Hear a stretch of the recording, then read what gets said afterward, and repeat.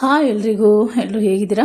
ಬನ್ನಿ ಇವತ್ತು ಸಿಂಪಲ್ಲಾಗಿ ಕ್ಯಾಪ್ಸಿಕಮ್ ಮತ್ತು ಆನಿಯನ್ ಹಾಕ್ಬಿಟ್ಟು ಸಿಂಪಲಾಗಿ ಒಂದು ಕರಿ ಮಾಡೋದು ಹೇಗೆ ಅಂತ ನೋಡ್ಕೊಂಬರೋಣ. ತುಂಬಾ ರುಚಿಯಾಗಿರುತ್ತೆ, ಹಾಗೆ ಬೇಗ ಕೂಡ ಆಗುತ್ತೆ. ಬನ್ನಿ ಈಗ ಅದಕ್ಕೆ ಏನೇನು ಬೇಕು ಅಂತ ನೋಡ್ಕೊಂಬರೋಣ. ಮೊದಲಿಗೆ ಸ್ಟವ್ ಮೇಲೆ ಬಾಣಲೆ ಇಟ್ಕೊಂಡು 1-2 ಸ್ಪೂನ್ ಎಣ್ಣೆ ಹಾಕ್ಕೊಳ್ಳೋಣ.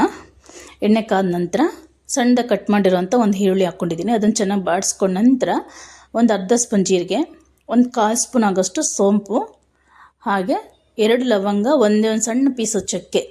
ಇದ್ರ ಬದಲಿಗೆ ನೀವು ಗರಂ ಮಸಾಲ ಪೌಡ್ರ್ ಕೂಡ ಹಾಕ್ಕೋಬೋದು. ಹಾಗೆ ಒಂದು ಏಲಕ್ಕಿ, ಹಾಗೆ ಒಂದು ಸಣ್ಣದು ಪಲಾವ್ ಎಲೆ, 1 ಸ್ಪೂನ್ ಆಗೋಷ್ಟು ಎಳ್ಳು. ಎಲ್ಲ ಚೆನ್ನಾಗಿ ಬಾಡಿಸ್ಕೊಂಡ ನಂತರ 2 ಟೊಮೊಟೊನ ಕಟ್ ಮಾಡಿ ಹಾಕ್ಕೊಂಡಿದ್ದೀನಿ. ಅದನ್ನು ಚೆನ್ನಾಗಿ ಬಾಡಿಸ್ಕೊಂಡಾದಮೇಲೆ 1 ಸ್ಪೂನೋ ಇಲ್ಲ 1/4 ಸ್ಪೂನ್ ಆಗೋಷ್ಟು ಧನಿಯಾ. ನಾನು ಸ್ವಲ್ಪ ಧನಿಯಾ ಕಾಳು ಕೂಡ ಹಾಕ್ಕೊಂಡಿದ್ದೆ, ಪೌಡ್ರ್ ಇಲ್ಲ ಅಂತ. ಹಾಗಾಗಿ ಈಗ ಖಾರಕ್ಕೆ ಎಷ್ಟು ಬೇಕಾಗುತ್ತೋ ಅಷ್ಟು ಹಚ್ಚ ಖಾರದ ಪುಡಿ, ಸ್ಟವ್ ಆಫ್ ಮಾಡ್ಕೊಂಡ ನಂತರ ಹಚ್ಚ ಖಾರದ ಪುಡಿ ಹಾಕ್ಕೋಬೇಕು. ನೋಡ್ಕೊಂಡು ನಿಮಗೆ ಖಾರಕ್ಕೆ ಎಷ್ಟು ಬೇಕೋ ಅಷ್ಟು ಹಾಕ್ಕೊಳ್ಳಿ. ಈಗ ತೆಂಗಿನಕಾಯಿ ತುರಿ, ಒಂದು 3-4 ಸ್ಪೂನ್ ಆಗೋಷ್ಟು ತೆಂಗಿನಕಾಯಿ ತುರಿ, ಇಷ್ಟನ್ನು ತಣ್ಣಗಾದ್ಮೇಲೆ ರುಬ್ಕೋಬೇಕಾಗತ್ತೆ. ಈಗ ಅದೇ ಬಾಣಲಿಗೆ ಒಂದು ಸ್ಪೂನ್ ಆಗೋಷ್ಟು ಎಣ್ಣೆ ಹಾಕ್ಕೊಂಡು ಸಣ್ಣ ಈರುಳ್ಳಿ ಹಾಕ್ಕೊಂಡು ಚೆನ್ನಾಗಿ ಬಾಡಿಸ್ಕೊಂಡಿದ್ದೀನಿ. ಅದು ಬಾಡಿಸ್ಕೊಂಡ ನಂತರ ಕ್ಯಾಪ್ಸಿಕಮ್ ಹಾಕ್ಕೊಂಡು ಚೆನ್ನಾಗಿ ಬಾಡಿಸ್ಕೋಬೇಕಾಗತ್ತೆ. 1/4% ಬಾಡಿಸ್ಕೊಂಡ್ರೆ ಸಾಕಾಗುತ್ತೆ. ಈಗ ಇದಾಗಿದೆ.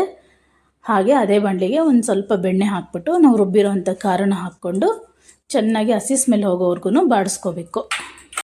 ಈ ರೀತಿ ಚೆನ್ನಾಗಿ ಮಿಕ್ಸ್ ಮಾಡಿಕೊಂಡು ನಾವು ಜಾರ್ ತೊಳೆದಿರೋ ನೀರನ್ನು ಹಾಕ್ಕೊಂಡು ಚೆನ್ನಾಗಿ ಮಿಕ್ಸ್ ಮಾಡ್ಕೋಬೇಕಾಗತ್ತೆ.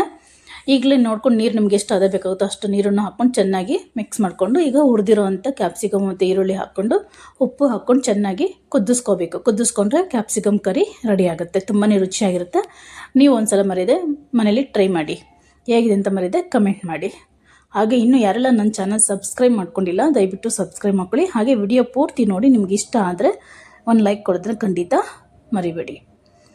ಚಪಾತಿ ಜೊತೆಗೆ, ದೋಸೆ ಜೊತೆಗೆ ತುಂಬಾ ರುಚಿಯಾಗಿರುತ್ತೆ. ಮರೀದೆ ಒಂದ್ಸಲ ಟ್ರೈ ಮಾಡಿ. Thank you for watching. Bye.